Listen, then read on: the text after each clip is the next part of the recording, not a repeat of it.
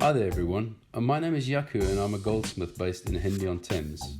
For those who are interested in what I do or curious about goldsmithing in general, here is a video of a repair I recently carried out on a sapphire and diamond ring.